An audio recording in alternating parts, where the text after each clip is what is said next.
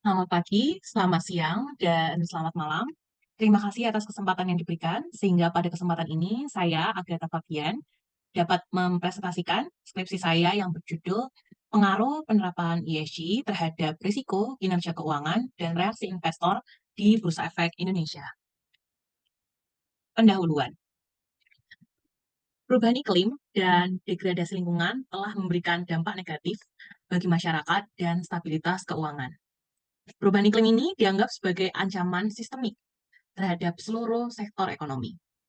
Adapun risiko yang langsung menyasar pada sektor keuangan akibat dari perubahan iklim ini diantaranya adalah physical risk, transition risk, dan liability risk. Terdapat pula respon dan dorongan dari pemerintah Indonesia berupa kebijakan, regulasi, dan juga komitmen. Diantaranya bahwa melalui Bursa Efek Indonesia telah diluncurkan indeks-indeks keberlanjutan seperti ESG Leaders dan Serikati. Oleh karena itu, di sini ESG hadir sebagai framework yang membantu regulator, pemerintah, untuk mengidentifikasi risiko yang mungkin berdampak negatif pada investor dan stabilitas keuangan. ESG mengacu pada bagaimana perusahaan dan investor mengintegrasikan aspek lingkungan sosial dan tata kelola ke dalam bisnis mereka. Sedikit menyinggung tentang green bond. Green bond ini pada dasarnya dipandang sebagai sebuah kemudahan akses menuju pendanaan bagi perusahaan-perusahaan yang mengadopsi ESG. Green bond tidak menurunkan leverage perusahaan secara signifikan, melainkan hanya mengubah komposisi utang dari bank loan menjadi utang obligasi. Perusahaan yang mengadopsi green bond tentunya masih akan terpapar risiko finansial karena mereka mengadopsi kebijakan berutang. Nah, risiko finansial ini termasuk ke dalam unsystematic risk karena terkait dengan kebijakan keuangan spesifik perusahaan. Namun dalam konteks ESG, risiko ini akan memiliki elemen sistemik seperti perubahan iklim tadi yang telah dijelaskan, yang terkait dengan keberlanjutan dan faktor ekonomi global. Oleh karena itu, penelitian ini akan meninjau dan mengeksplorasi lebih lanjut tentang dampak sebenarnya yang dihasilkan oleh ESG dari perspektif perusahaan dan investor. Nah, kemudian rumusan masalah. Hal ini berawal dari laporan keberlanjutan ESG yang sudah marak dan berkembang secara eksponensial di kalangan dewan direksi perusahaan ini ternyata tidak mengacu pada materialitas finansial, sehingga sulit untuk dimasukkan ke dalam analisis keuangan perusahaan. Tidak hanya itu, laporan keberlanjutan ESG saat ini juga sering telah terpapar isu greenwashing, sehingga menimbulkan keraguan apakah benar-benar menciptakan nilai bagi perusahaan atau tidak. Greenwashing dalam halnya adalah bagaimana perusahaan eh, melakukan klaim palsu atau melakukan klaim yang tidak didukung dengan bukti-bukti nyata dengan praktik-praktik hijau yang sesungguhnya, melainkan hanya klaim yang baik supaya perusahaan terlihat hijau, walau tidak sehijau apa yang benar-benar ditunjukkan. Kemudian, survei dari Global Investor juga oleh PwC menemukan bahwa 9 dari 10 investor percaya bahwa laporan kinerja keberlanjutan perusahaan mengandung klaim palsu. Inilah yang menjadi indikasi awal dari adanya greenwashing. Kemudian, fakta lain bahwa investor ternyata lebih memprioritaskan informasi kinerja perusahaan tentang inovasi perusahaan atau produk-produk yang diluncurkan dibandingkan dengan laporan keberlanjutan yang diterbitkan oleh perusahaan. Oleh karena itu, penelitian ini tidak hanya mengambil data dari sumber ESG saja atau laporan berkelanjutan juga, melainkan juga mempertimbangkan financial metrics menanggapi fakta bahwa investor ternyata lebih percaya dan memprioritaskan informasi yang dirilis oleh laporan-laporan resmi perusahaan. Bagian kedua, tinjauan pustaka. Tinjauan pustaka ini berisi teori-teori keuangan yang terkait dan fenomena dan tren ESG. Teori yang pertama yang mendasari penelitian ini adalah teori struktur modal. Dengan pajak, perusahaan dengan utang akan memiliki nilai yang lebih tinggi karena adanya tax shield atau pengurangan pajak karena perusahaan telah membayarkan bunga utang. Menarik kembali peran Green Bond dan ESG. Nah, penerbitan Green Bond dalam rangka ESG ini diharapkan dapat menguatkan efek tax shield yang berasal dari teori ini. Terlebih, adanya komitmen insentif pemerintah yang dijelaskan melalui peraturan OJK tadi untuk perusahaan-perusahaan yang mendanai proyek berkelanjutan. Nah, kemudian jika ditinjau dari perusahaan, eh, dengan menerapkan ESG melalui Green Bond, diharapkan eh, perusahaan mendapatkan manfaat pengurangan biaya operasional jangka panjang. Hal ini karena praktik ESG menggunakan energi terbarukan yang diharapkan lebih sustainable dalam jangka panjang dan mengurangi emisi. Kedua, perusahaan dengan peringkat ESG tinggi diharapkan memiliki akses yang lebih mudah ke dana murah.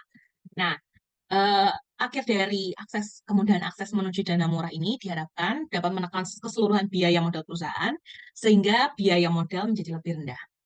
Output dari biaya modal yang lebih rendah ini diharapkan perusahaan dapat mengembangkan industrinya, memperluas investasinya, dan juga menjaga cash flow arus kas. Nah, eh kembali lagi menuju dalam perspektif Green Bond, pada kenyataannya adopsi Green Bond memanglah tidak menghapuskan struktur utang di dalam struktur modal perusahaan, melainkan hanya memindahkan yang berstatus bank loan menjadi Green Bond atau semacamnya. Hal ini menjadi tidak menghapuskan risiko keuangan yang ada di perusahaan. Seperti yang diketahui adalah risiko keuangan atau financial risk merupakan risiko tambahan yang muncul akibat perusahaan mengadopsi debt di dalamnya. Karena pada dasarnya tanpa mengadopsi utang, perusahaan telah memiliki risiko yang melekat pada operasionalnya yang disebut sebagai risiko bisnis atau risiko operasional yang bersifat spesifik individual yang bersumber dari perusahaan itu sendiri, seperti akibat kebijakan atau kesalahan sistem, praktek komputer, atau kecelakaan kerja, dan lainnya yang sifatnya adalah spesifik. Nah, tidak dipungkiri bahwa investor juga memperhatikan risiko-risiko yang melekat pada perusahaan ini. Dari sudut pandang investor, risiko terbagi menjadi dua, yaitu risiko pasar atau systematic risk yang biasa diproyeksikan dengan beta, yang merupakan gambaran dari sensitivitas return saham terhadap return pasar, dan juga risiko non-pasar atau unsystematic risk. Pada praktiknya, investor biasanya akan lebih fokus pada systematic risk atau risiko pasar yang bersifat secara global, seperti adanya inflasi atau krisis keuangan seperti itu, daripada risiko non pasar. Karena risiko non pasar ini sejatinya adalah diversifiable risk atau risiko yang bisa didiversifikasi. Jadi investor dapat dengan mudah memindahkan sekuritas mereka menuju sekuritas lain ketika dirasa sekuritas atau produk investasi tertentu memiliki risiko non pasar yang lebih tinggi. Jadi, investor biasanya akan cenderung lebih fokus pada systematic risk. Nah, kembali kepada proksi utama, variabel utama yang digunakan dalam penelitian ini adalah unlevered beta.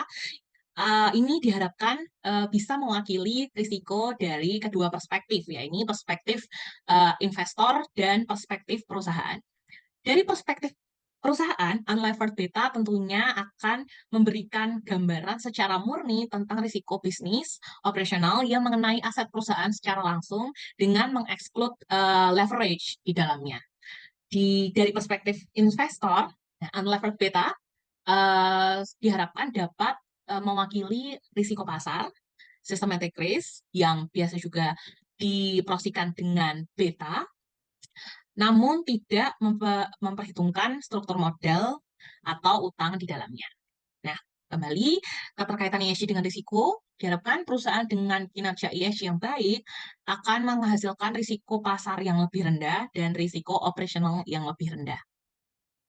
Nah, berikut merupakan variabel-variabel yang digunakan dalam penelitian ini. Nah, bagian ketiga, metode penelitian. Baik, metode yang digunakan dari penelitian ini bersifat kuantitatif, explanatory research. Nah, di mana akan menguji suatu hubungan antara variabel dan mengetahui apakah suatu variabel berasosiasi atau tidak dengan variabel lainnya.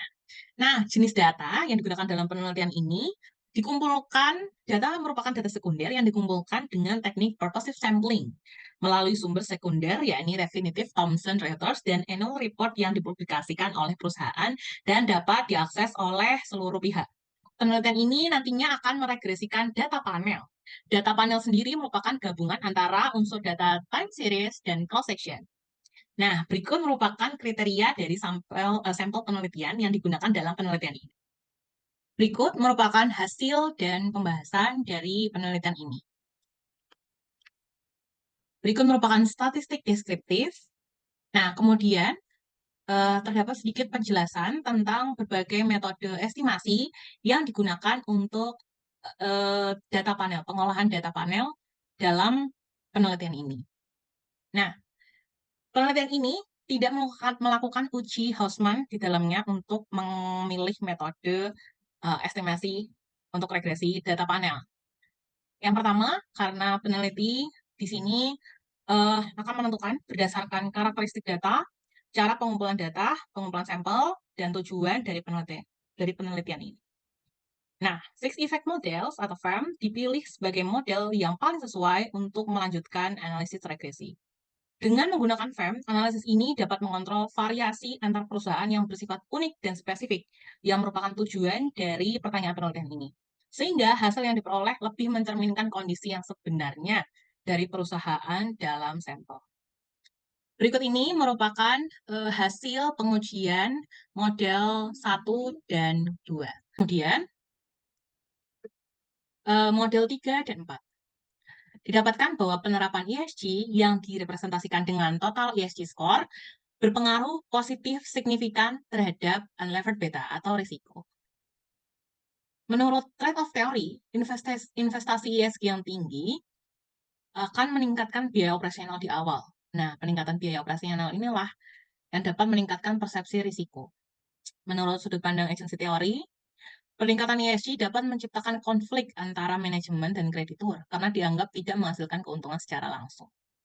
Kemudian, dalam model 2, M2, penerapan ESG didapatkan hasil tidak berpengaruh karena hasilnya tidak signifikan terhadap kinerja keuangan.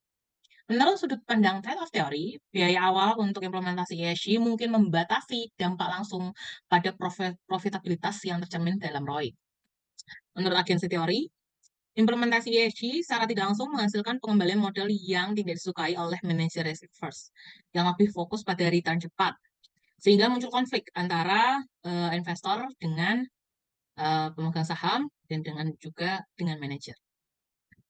Jika membandingkan model 1 dan model 2, di mana ESG berpengaruh signifikan terhadap risiko bisnis. Nah, dalam hal ini dapat disimpulkan sementara bahwa perusahaan lebih cenderung melihat ESG sebagai alat untuk mengelola risiko, bukan sebagai representasi dari peningkatan profitabilitas secara langsung.